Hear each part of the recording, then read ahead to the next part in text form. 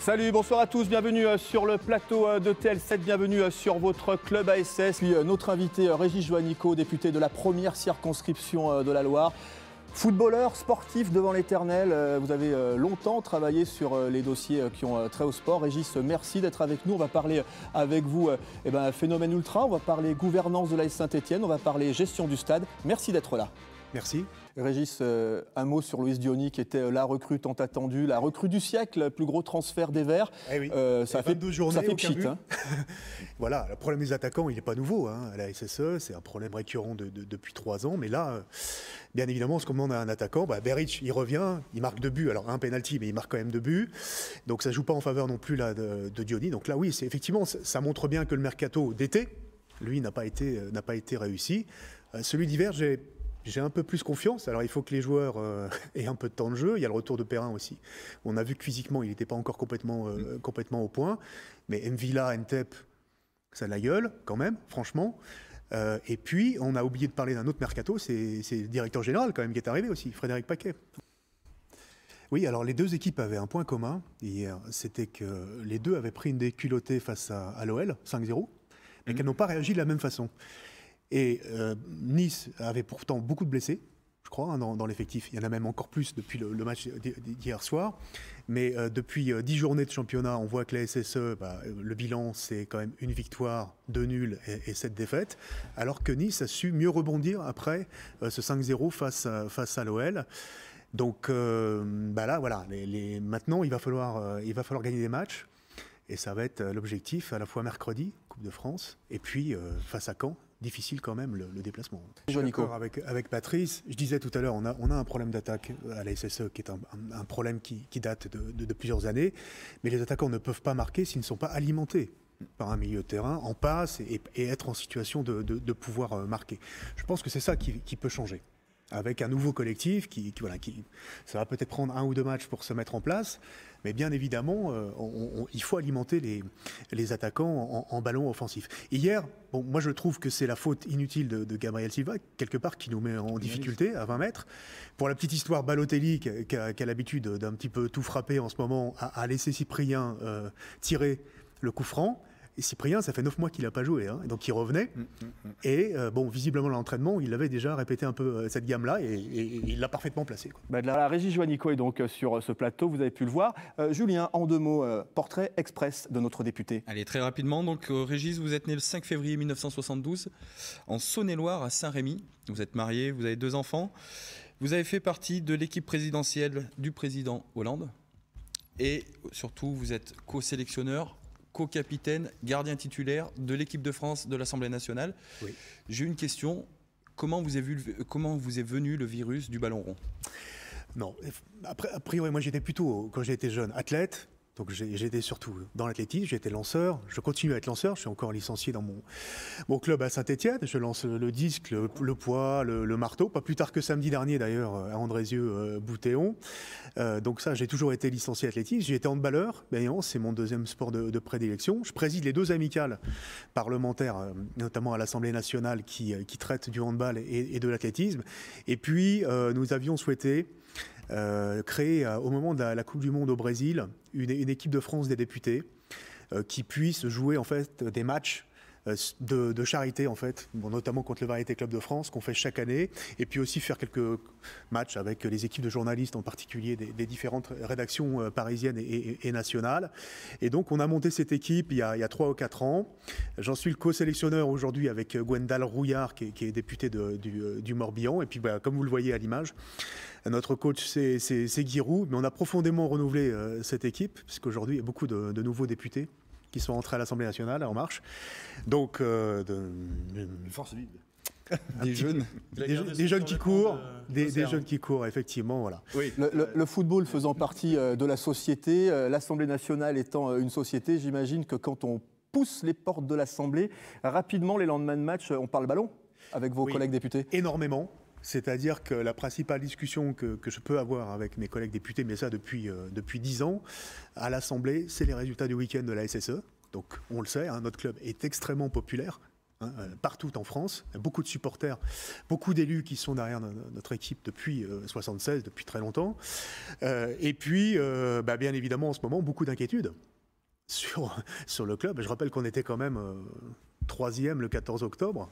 Oui. Au bout de 9 journées, au bout de 16 ou 17 journées, on est descendu à la 6e place. Le problème, c'est qu'on y est toujours. Et donc, beaucoup d'inquiétudes en ce moment sur le devenir du club, sur ce qui s'y passe. Donc, beaucoup de questions. Mais en tant que gardien de l'équipe de France des députés, j'ai beaucoup à m'employer parce qu'en face, c'est les Pires, c'est les Pierre-Yves André, c'est des Sonny Anderson, c'est ça doit aller encore vite, Dominique Rocheteau d'ailleurs. Je vous fixe un challenge, monsieur le député, c'est de organiser un match contre nous, contre les anciens Verts. Voilà, et j'aimerais bien qu'il se déroule d'ailleurs, alors soit à Geoffroy Guichard, soit à l'Etra, mais qu'on puisse effectivement le faire avec les anciens de la SSE. J'ai beaucoup de demandes de ce point de vue-là. C'est avec plaisir qu'on vous accueillera. Pour venir à Geoffroy Guichard. Bon, le défi est relevé. Maintenant, on va trouver le stade. On devrait pouvoir s'arranger entre Métropole ou le club. On va trouver un stade. Avant de parler des sujets propres à l'AS Saint-Étienne, vous avez beaucoup travaillé sur le sport et les problématiques sportives, et notamment tout au long de la vie. Pourquoi ? Tout au long de la vie, parce que tout simplement aujourd'hui, il faut pouvoir s'adresser à différents publics. Pas que les jeunes, pas que le sport à l'école, pas que le sport à l'université. Là, on est très en retard dans notre pays, mais pouvoir toucher aujourd'hui des pratiquants justement qui ne font pas de sport. Et donc pour cela, il y a nécessité de faire un peu plus de sport dans l'entreprise, de faire un peu plus de sport pour les malades chroniques. Donc c'est toute la problématique du sport santé bien-être et du sport sur ordonnance. Ça commence. Il y a des médecins généralistes aujourd'hui qui prescrivent de l'activité physique adaptée à des malades diabétiques, à des malades atteints d'affections de maladies cardiovasculaires ou à des malades qui sont atteints d'un cancer. Et ça permet de mieux récupérer, de mieux soigner, de faire des économies à la sécurité sociale. Donc c'est aujourd'hui une orientation très forte dans les clubs, à la base. Il y a des bénévoles diplômés, qualifiés, qui sont là pour accueillir ces malades chroniques et leur permettre d'avoir une meilleure guérison. Notre stade, Geoffroy Guichard, notre chaudron, c'est le temple du football, en tout cas dans la région et sans doute en France. On a beaucoup parlé cette saison de la gestion du stade. Est-ce que ça doit être une gestion communautaire? Est-ce que ça doit être une gestion club? Laurent, notamment, tu as dans tes pages eu l'occasion d'interviewer Gaël Perdriau, un maire de Saint-Étienne et puis président de Saint-Étienne Métropole. On rappelle que le stade est propriété de Métropole. Roland Romeillet voulait l'acquérir. Est-ce que tu peux nous planter le décor? Où on en est aujourd'hui?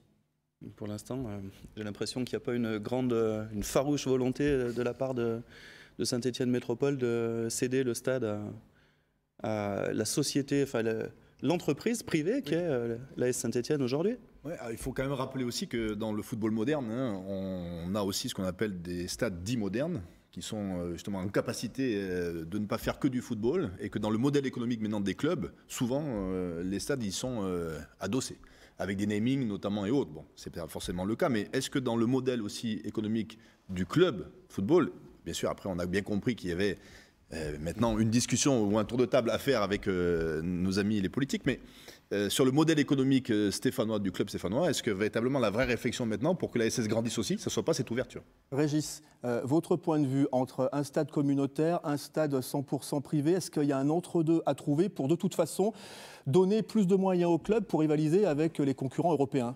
Vous avez travaillé avec le ministre Braillard à l'époque. Oui, il y a eu de nombreux rapports parlementaires et là-dessus il y a d'ailleurs un consensus politique sur la gestion des stades. Parce qu'il faut bien différencier la propriété des stades de la gestion des stades. La propriété des stades, historiquement en France, elle est aux collectivités territoriales. 85% des équipements sportifs en France, ils appartiennent à des collectivités territoriales, essentiellement des communes, ou, comme à Saint-Étienne, à des agglomérations. Il y a très peu de clubs qui possèdent leur stade. Tu vas en avoir 4 aujourd'hui dans les clubs professionnels. L'OL, bien sûr, qui est un très beau modèle. Auxerre, et puis 2 clubs corses, Ajaccio de mémoire et Bastia. Tous les autres clubs appartiennent aux collectivités. Par contre, ce qui est très important, ce que disait Patrice tout à l'heure, c'est aujourd'hui pour un club comme la SSE qui a des ambitions sportives. Alors on verra quels seront les résultats à la fin de l'année, mais qui vise le top 5, le top 6 du championnat. Il faut passer d'un budget de l'ordre de 70 millions d'euros à plus de 100 millions d'euros pour avoir les moyens de ces ambitions sportives. Et pour cela, il faut avoir une meilleure gestion du stade. Aujourd'hui, le club, la SSE, a à disposition le stade fourni par Saint-Étienne Métropole pour les 30 matchs qu'il joue à Geoffroy Guichard dans l'année.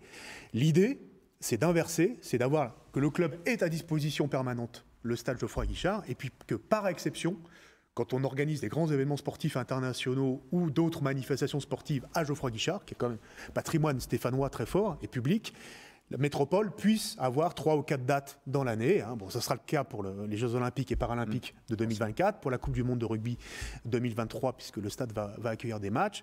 Mais ça peut être aussi d'autres grands événements sportifs internationaux d'ici là. Mais l'idée, c'est ça, d'inverser aujourd'hui les termes de la convention entre la collectivité propriétaire et le club. Que le club ait la maîtrise de l'exploitation et de la gestion du stade Geoffroy Guichard et puisse en tirer. Ce qui permettrait donc au club d'augmenter des ressources potentielles, oui. Donc d'organiser des événements. Billetterie, il faut qu'il y ait un public et de l'affluence, hein, on va en reparler.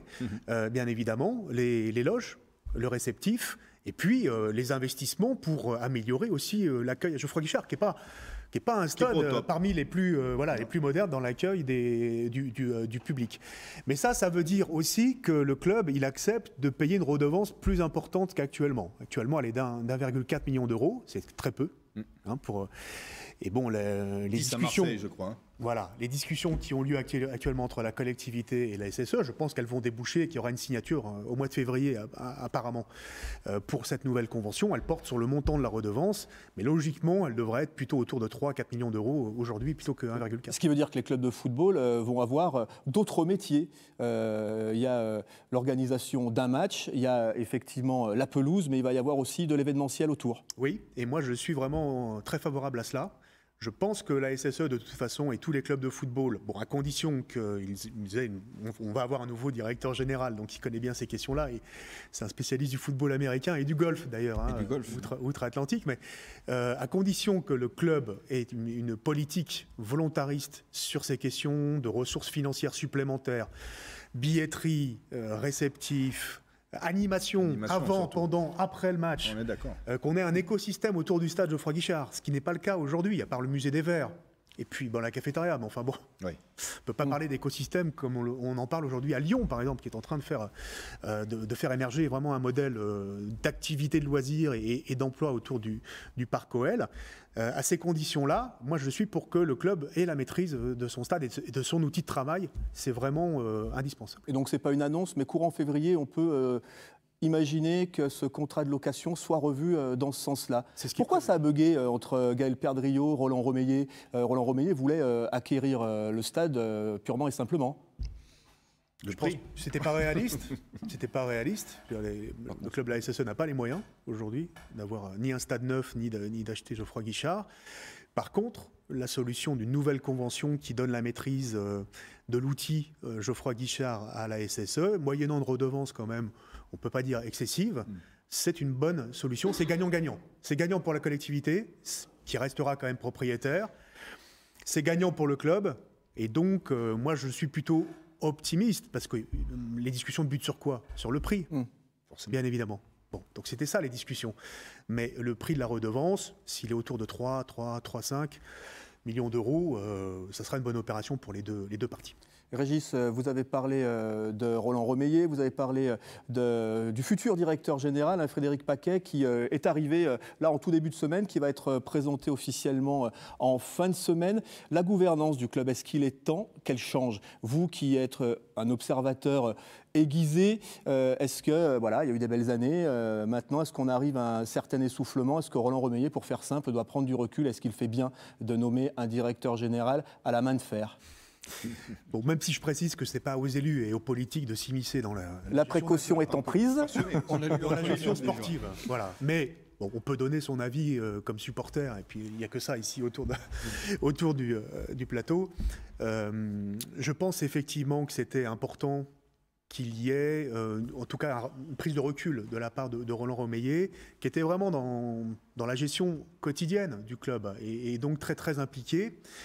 Bernard Cayazo lui a un petit peu dit, de façon à ce qu'il le découvre peut-être en conférence de presse. Ouais, vous faites allusion à la conférence de presse surréaliste fin décembre. Assez surréaliste, mais on a un système bicéphale qui est assez unique au monde d'ailleurs, hein, de notre club, un président de directoire et un président de conseil de surveillance.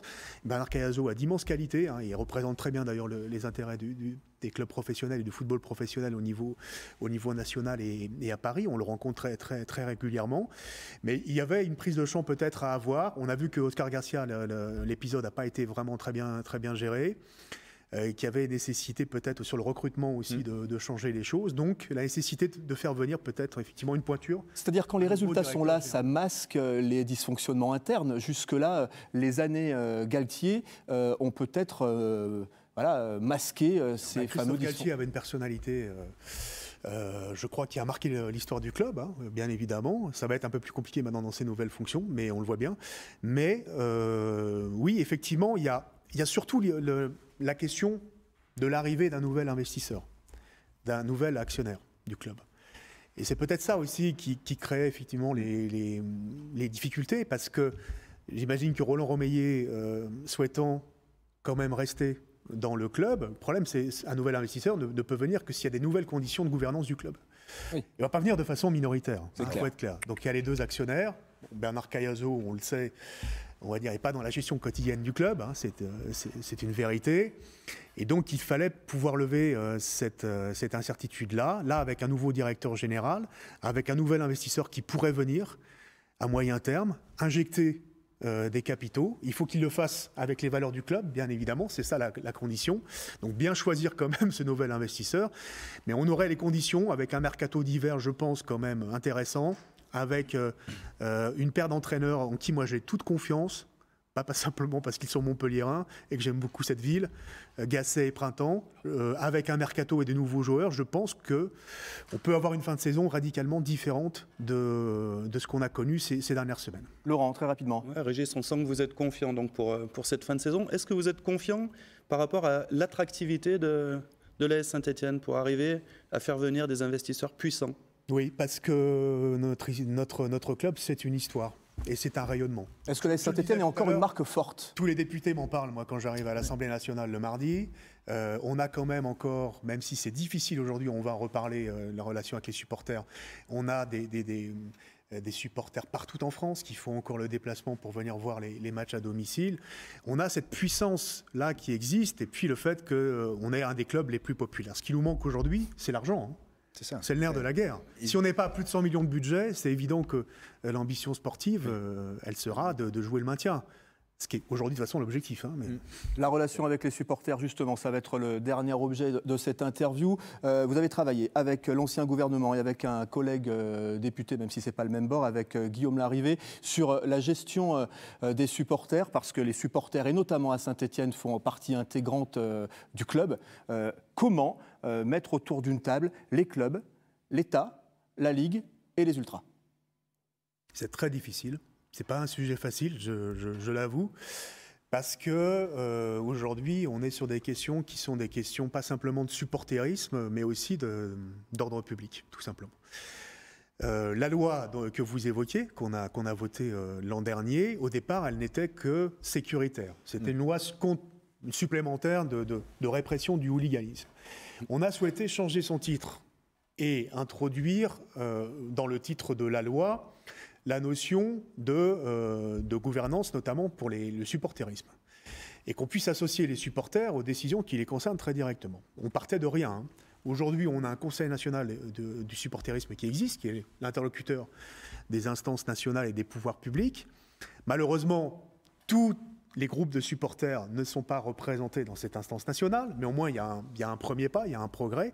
Et puis, on a décidé que dans chaque club professionnel, il y avait un référent. Donc il y en a un à la SSE, bon, même si on n'entend pas beaucoup parler, on aimerait peut-être qu'il soit un petit peu plus actif, qui est chargé des relations avec les groupes de supporters. Mais notre difficulté, à Saint-Étienne, vous le voyez bien, c'est qu'il y a aussi Magic Fan, il y a les Greens, il y a les associations que j'évoquais tout à l'heure, il y a l'USS, il y a la Fédération des associés supporters, mais on a une difficulté, c'est que dans ces groupes, parfois, comme les groupes ultras, ils ne souhaitent pas rentrer dans un système de représentation et de discussion et de dialogue avec les pouvoirs publics ou même avec les clubs. Et donc, il y a cette difficulté-là qu'il faut dénouer, quoi. Régis Juanico, je voulais vous faire réagir parce que vous avez modifié l'intitulé de la loi et parlé de supporterisme. Là encore, dans les termes administratifs, le préfet parle de hooliganisme. Franchement, nos supporters, même s'ils sont ultras, ce ne sont pas des hooligans. C'est pas voilà, la vieille école anglaise des années 70, c'est plutôt inspiré du phénomène tifosi italien. Est-ce que déjà, pour se mettre autour d'une table et pour parler, il ne faudrait pas revoir un petit peu le vocabulaire ? Bien sûr, mais en même temps, je ne veux pas jeter la pierre au préfet de la Loire, parce que d'abord, c'est un rôle compliqué, plus qu'ailleurs. Bon, je ne dis pas qu'on est les seuls concernés à Saint-Étienne, bien évidemment. Et là-dessus, moi, je pense que le ministère de l'Intérieur devrait s'outiller, c'est-à-dire pouvoir mieux accompagner, mieux conseiller les préfets qui doivent faire face à cette situation-là. On ne prononce pas une interdiction de stade comme ça à la va-vite, hein. Donc il y a des conditions juridiques, voilà. Mais quand il y a des violences, avant, pendant ou après un match, qu'il y a des policiers qui sont blessés, bien évidemment, il y a des préfets qui doivent prendre des décisions. Bon, je suis un petit peu plus critique sur les mesures qui visent à limiter ou à interdire les déplacements des supporters sur les matchs à l'extérieur. Parfois, franchement, on en discute, nous, avec les associations de supporters que je rencontre très régulièrement. Je pense notamment à l'association de lutte pour un football populaire, par exemple, ou les conseils d'un certain nombre de groupes ultras à Saint-Étienne. Je trouve qu'il y a des restrictions parfois où les autorités de l'État parfois mettent le parapluie de façon à se protéger d'un certain nombre de conséquences de leurs décisions ou pas. Mais donc de ce point de vue-là, le nombre de supporters dans les stades, moi je ne suis pas pour des tribunes aseptisées, je suis pour des stades vivants. Mais il faut qu'il y ait aussi des interlocuteurs qui soient solides, qui soient fiables et qui puissent rentrer dans un système de dialogue avec les pouvoirs publics. C'est ce qui nous manque aujourd'hui en France. C'est ça qui nous manque aujourd'hui en France. Et j'aimerais qu'il y ait ce dialogue-là qui s'instaure. Mais voilà, je ne veux pas jeter la pierre au préfet. Non, je parlais juste du terme hooliganisme, et ce sera la dernière question, Régis. Est-ce qu'on peut imaginer, ou est-ce que vous qui faites la loi seriez favorable à ce que dans les COP, on puisse identifier une zone, ou puisque vous ne voulez pas des stades aseptisés, et ça nous fait plaisir, une zone où on a identifié des supporters formés pour craquer une torche, par exemple? Pour les fumigènes. Ouais. Ça, c'est une question compliquée. Je la pose. Complètement défavorable. Je suis pour, par contre, qu'on rétablisse les possibilités de place debout. C'est une autre revendication. Et puis, bien évidemment, dans cette loi, nous ne sommes pas allés aussi loin que nous l'aurions souhaité. Ce que nous souhaiterions, c'est d'aller plus loin qu'un Conseil national du supporterisme. C'est qu'il puisse y avoir, dans la gestion des clubs, des supporters qui soient associés. Et j'irais même plus loin, même si le modèle n'est pas transposable au modèle de certains clubs espagnols, qu'on puisse aussi permettre aux supporters de pouvoir rentrer parfois au capital et donc de pouvoir devenir aussi actionnaires de la gestion de leur club et les associer aux décisions. En tout cas, sur la question des torches, vous ne prononcez pas. Je ne suis pas défavorable. Simplement, ça pose des problèmes tout simplement de sécurité pour le public qui est présent à côté des gens qui mettent le feu à des fumigènes. Non, mais une zone identifiée avec des supporters identifiés. Ça doit faire partie du dialogue avec les pouvoirs publics, mais aujourd'hui on est très très loin de pouvoir aboutir à ce genre de solution. Bon, Régis, vous serez au stade samedi soir? Je ne sais pas encore. Normalement, oui. Pardon. Je ne suis pas encore projeté dans mon agenda de fin de semaine, mais je suis un petit peu d'accord. Je crains, moi, je suis d'accord, j'aimerais qu'on aille le plus loin possible en Coupe de France, mais je crains que tant qu'on n'est pas sorti de la zone rouge, de la relégation, du maintien, de toutes ces affaires de championnat, des matchs aussi rapprochés comme ça, avec des enjeux un peu différents, ça inhibe une partie de l'effectif. Et je crains aussi quand même cette semaine, j'espère qu'elles nous permettront à la fois de continuer en Coupe de France et surtout sortir de la zone rouge.